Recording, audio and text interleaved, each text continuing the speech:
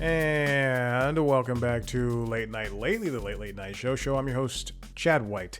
If you didn't know, this is the late night podcast for the website cpluscomedy.com. Like I just said, it's a website. Go there. If you're paying attention, episode 64, we're on episode 64. If you're paying attention, you might have heard the audio go from, for the theme song, go from like generally quiet and then just get higher. And that's what happens sometimes. Sometimes I don't see how low it is, or I turn it down because when I do a little test before I start recording. That's just what, and then I do, turn it down. Sorry. If you're watching the video, you are seeing me sit in a shirt that I've never worn before on camera. It is a yoga shirt. I did yoga yesterday. Then I slept in the shirt because I didn't sweat. It's a yoga at home. This is very easy. It's a nice little hour after a hard day of working out. And then I slept in it, and then I took a shower after the gym this morning, and then I put it back on. Because that's what you do. Welcome back in.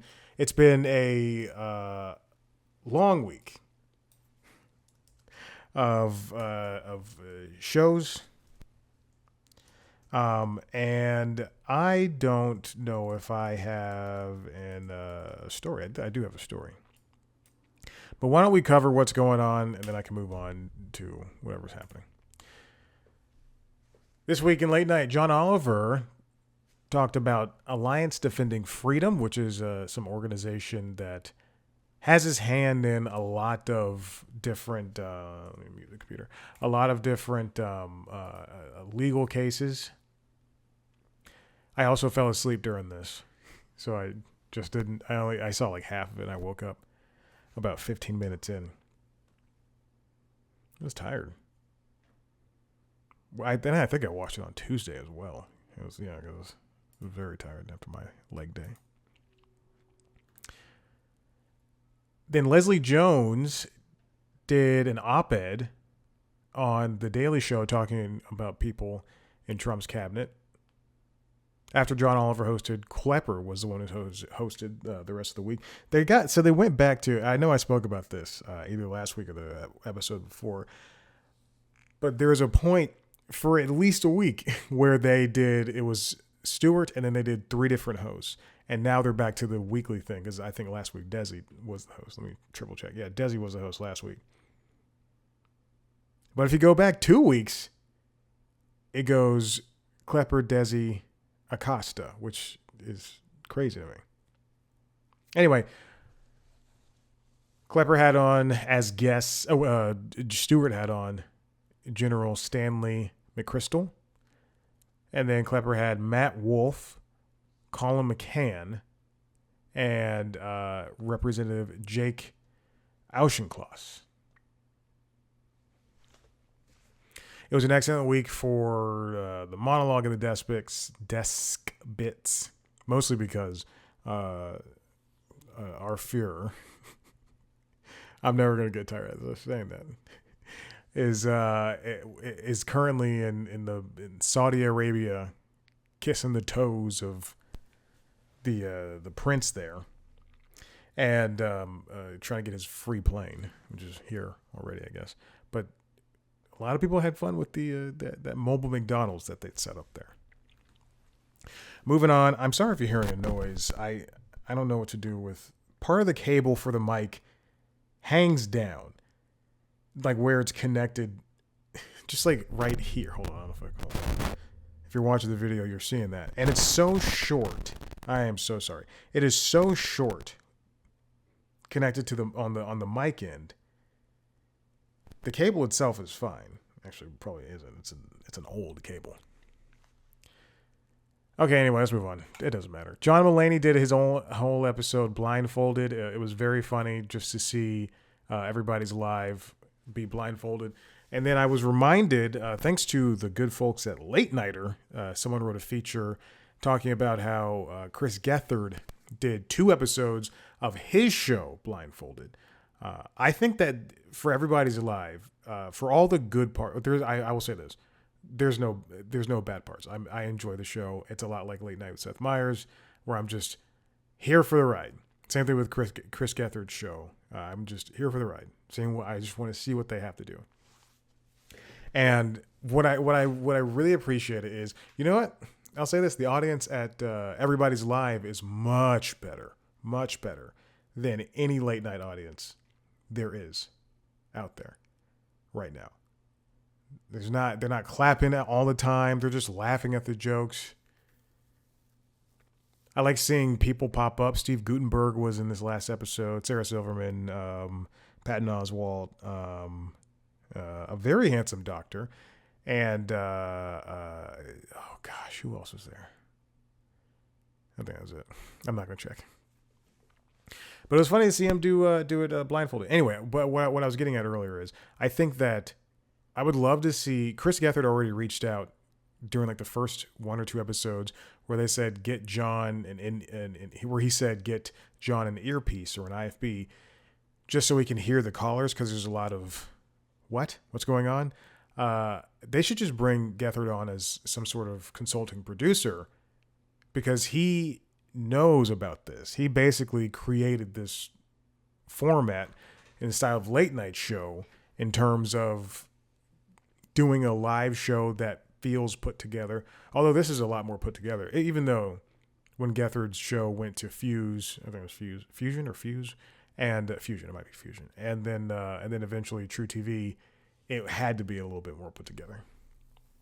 But bring Gethard on, bring his producers in, because the writers they have, like Fran Gillespie and the young man that helped Mulaney out, Jeremy, he's one of the writers, and Langston Kerman, they have these great people who are good at what they do. Now let's just make them better by giving them a tool that can be Chris Gethard and his people, who I'm sure, some of them might would love a job. And I say consulting producer because he can just do that over Zoom, because he lives in Jersey. Anyway, I'm done. The Weeknd popped by the Tonight Show and to discuss his movie and the album that came out several months ago. I don't think they even discussed the tour. I just watched the episode. Anyway, it was great. Oh, it's an extended interview. Oh boy. Anyway, it was good to see the Weeknd pop up and actually do something. He performed "Baptized in Fear" / Open Hearts, and he and Jimmy also went to a college graduation party. You know what? As much as I dislike segments like that, I think it's so great to see people react to seeing somebody famous. There's like these two girls in the front who, when they saw Jimmy Fallon, they died. And then when they saw The Weeknd, they died again. Anyway, this week we had people like, I'm trying to find the top. Sofia Vergara, Michael McKean, Maren Morris, who just also was on Howard Stern, and I just watched her 45 minutes there. It was a quick interview, and then she performed 3 songs after the show, and it was nice. She's a great singer, and is that album out today? It might be out next week. Dreamsicle. Desi Leidig, Blake Shelton performed. Okay. Salma Hayek, Pinault, and then they did a bug thing with her. That was a fun thing to see her scream at the bugs and then immediately just be enamored by the bugs. Like, oh, I love the bugs. Mel B, that was pretty good. Amel and the Sniffers performed. I don't know who that was, but it seems like they're in that time. Young Mazzino and Adam Goldstein also were on the show as well. As for Seth Meyers, we had the requisite close looks, but also John Gabrus and Adam Pally were there to promote their podcasts. And if you're fans of those guys, you know how silly those guys can be. And it was just a great interview. It was wonderful. And Olivia Munn was there as well, telling stories about her mother. John Krasinski, Tony Gilroy was there. Reba McEntire, Tiffany Haddish, Leslie Bibb, and Sarah Snook, and Glenn Howerton. I watch way too much late night, realizing that I've seen a majority of the things I'm talking about. On After Midnight, we had the likes of Sashir Zameda, Ed Helms, Patton Oswalt, and then it was basically like a week of the rest of that was like people I didn't know, but it was nice to see some younger folks out there like Benito Skinner, who I believe has a new show out, Mary Beth Barone, and Holmes, and then they had Bob the Drag Queen, Dylan Efron, and Tom Sandoval. Is that Tom? I didn't watch this episode, so I'm asking you a very legit question. Is that Tom Sandoval from the Scandival thing that happened last year? I don't know. Boston Rob popped up to talk about something on After Midnight, and then we had Jason Sklar, Kayla Montesero Meha, Kayla Meha, and Brandon Kyle Goodman. And it's always strange to see a Sklar without the other Sklar. And then for the Late Show, it was a packed week, a very politically driven week. Colbert, they joked about that playing a lot.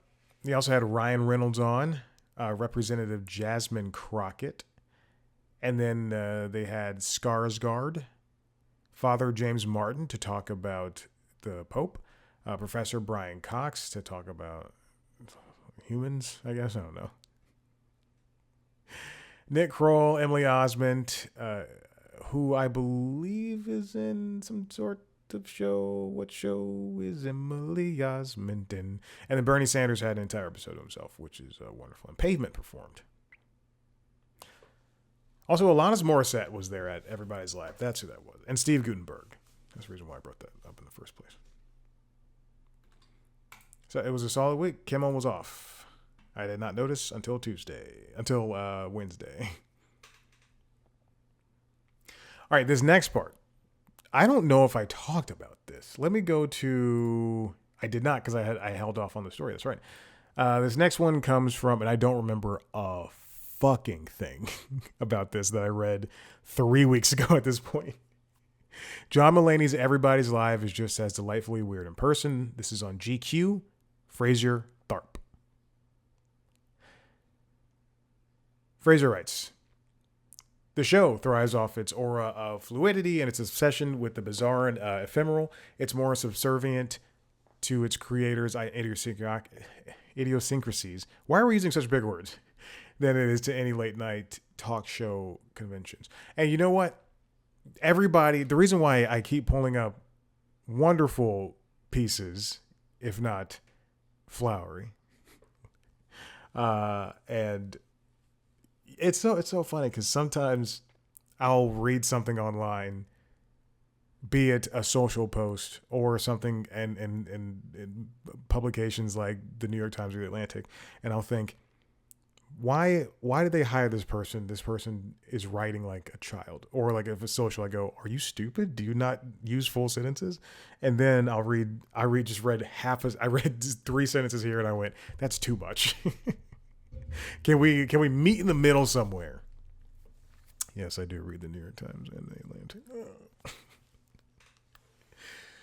But the reason why I keep pulling out pieces like this is because we have not seen a show like this, especially in late night, especially on such a big stage in a very long time.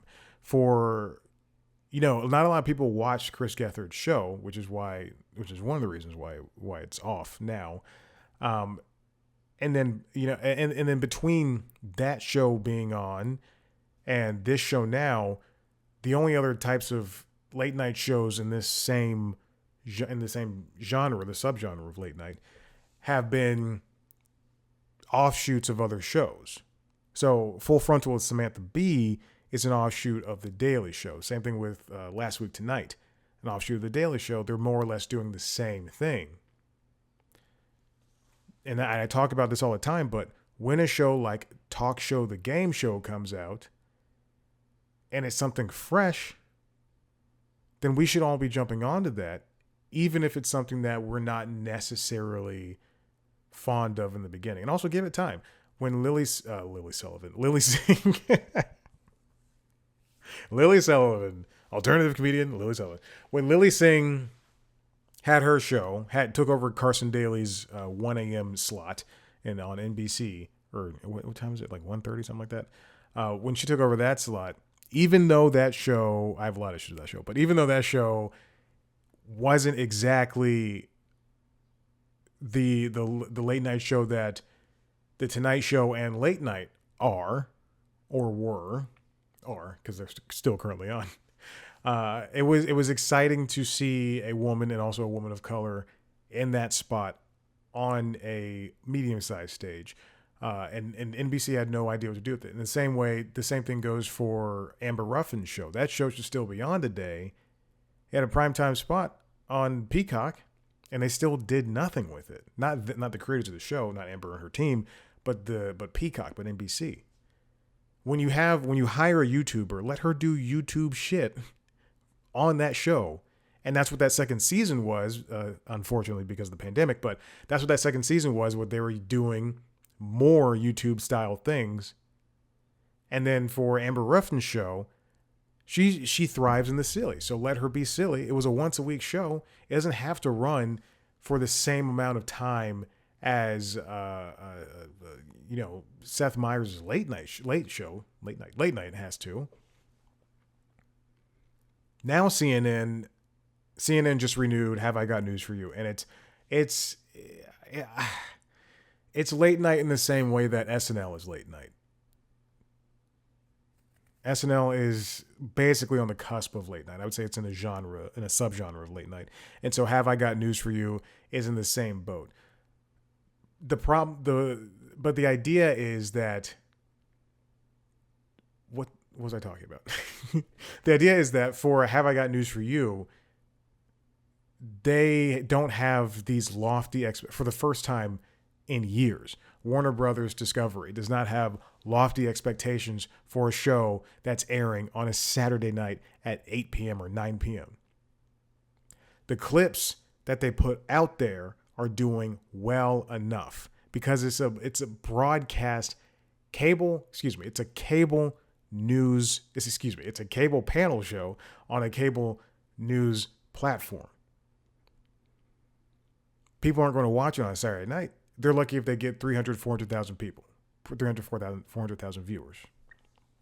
The real money and the real play comes, and by money, I mean, it's not going to be, you're not going to be making gangbusters, but the real money comes after, on Sundays, when people tune in and see, Have I Got News for You? Oh, I love these three comedians. Oh, they also have Alyssa Farah Griffith, and they also have some book author that I like, Margaret Atwood. Couldn't think of somebody fast enough. I don't think Margaret Atwood would pop up on this show.